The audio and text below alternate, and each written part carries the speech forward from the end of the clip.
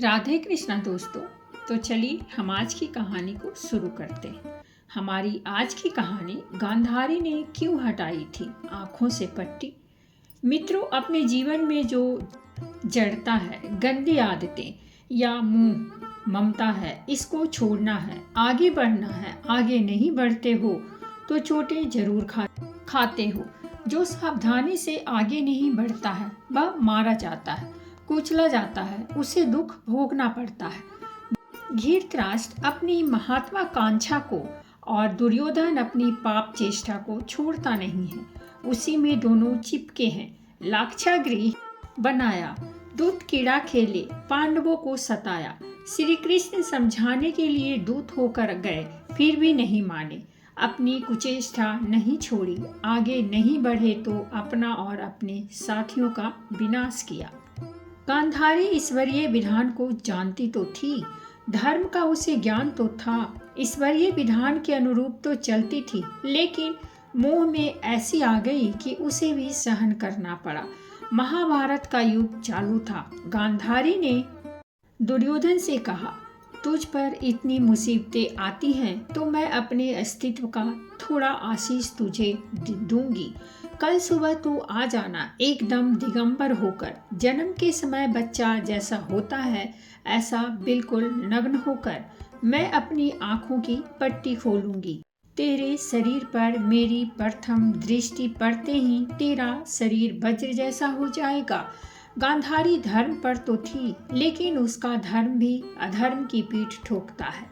अधर्म की पीठ ठोकने से धार्मिक का हित हो जाएगा, ऐसा नहीं है, धार्मिक का भी अहित हो जाता है। गांधारी की बात पांडवों तक पहुंच गई। युधिष्ठिर सिर पर हाथ देकर चिंतित हो गए कि गांधारी जब दुर्योधन को देख लेगी तब उस पापी की काया वज्र जैसी हो जाएगी, फिर उसका नाश होना असंभव है। पापी का जब तक नाश नहीं होगा तब तक पापी औरों का नाश करता रहेगा। श्री कृष्ण छावनी में आए तो सब चिंतित, पूछा कि क्या बात है। तो पांडवों ने बात बताई कि गांधारी दुष्ट दुर्योधन को वज्रकाय बनाने वाली है। उस पापी को गांधारी भी आधार देती है। धर्म अधर्म की पीठ ठोक रहा है। श्री कृष्ण हंसने लगे। धर्मराज बोले, हे श्री कृष्ण, हम सब मरे जा रहे हैं और आपको हंसी आ रही है। श्री कृष्ण तो सब जानते हैं, उनके पास हंसी के सिवाय और क्या हो सकता है। उन्हें पता है कि धर्म जब अधर्म की पीठ ठोकता है तब अधर्म पुष्ट तो होता है, लेकिन अविनाशी नहीं होता, पुष्ट होकर फिर मरता है।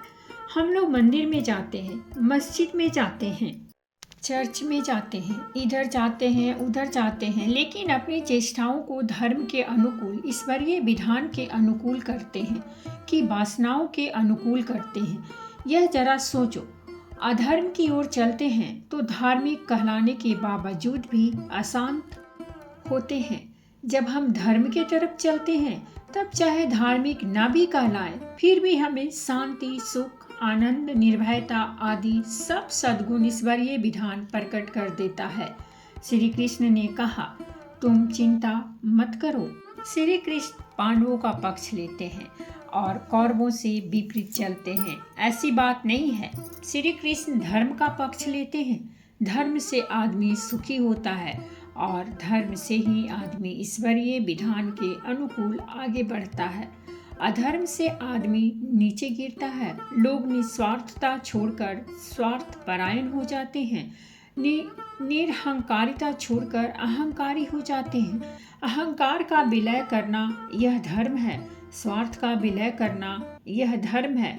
ज्यों ज्यों स्वार्थ का विलय करते हैं त्यों त्यों ईश्वरीय विधान के अनुसार चलते हैं। ज्यों ज्यों संकीर्णता आती जाती है त्यों त्यों अधर्म आता जाता है। हृदय जितना विशाल है, बहुजन हिताय बहुजन सुखाय के लिए हृदय में भावना है, उतना आप धर्म के ज़्यादा नज़दीक हैं।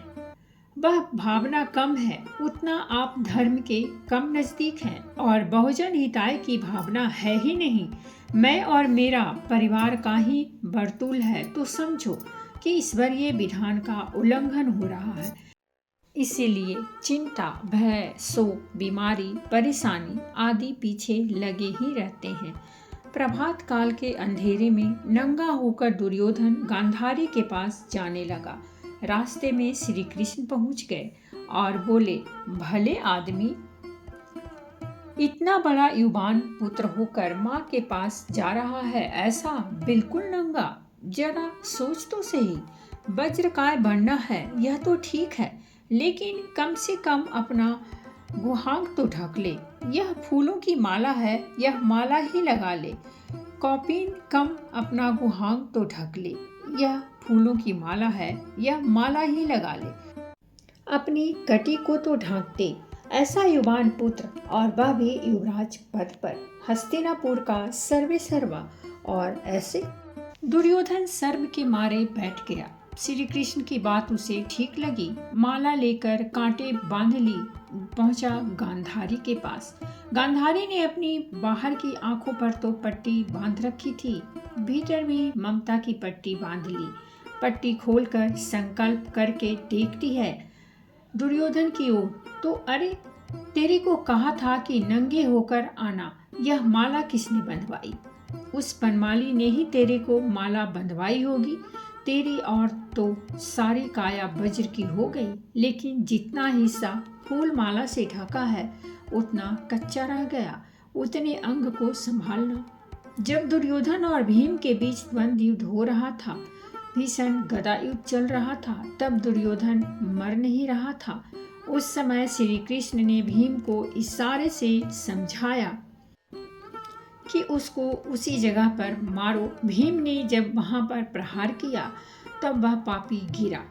यह ईश्वरीय विधान है कि मार खाकर भी आदमी को सुधरना पड़ता है, डंडे खाकर भी सुधरना पड़ता है, और अगर मर गए तो नरकों में जाकर या इतर योनियों में जाकर भी सुधार की प्रक्रिया तो चलती ही रहती है। इसीलिए आगे बढ़ो और धर्म के पथ पर चलते जाओ। प्रभु की शरण में ही सबका बेड़ा पार होगा। तो दोस्तों, ये थी हमारी आज की कहानी, और अगर कहानी अच्छी लगी हो तो प्लीज़ हमारे चैनल को सब्सक्राइब कीजिए, वीडियो को लाइक और शेयर जरूर कीजिए। कहानी सुनने के लिए बहुत बहुत धन्यवाद।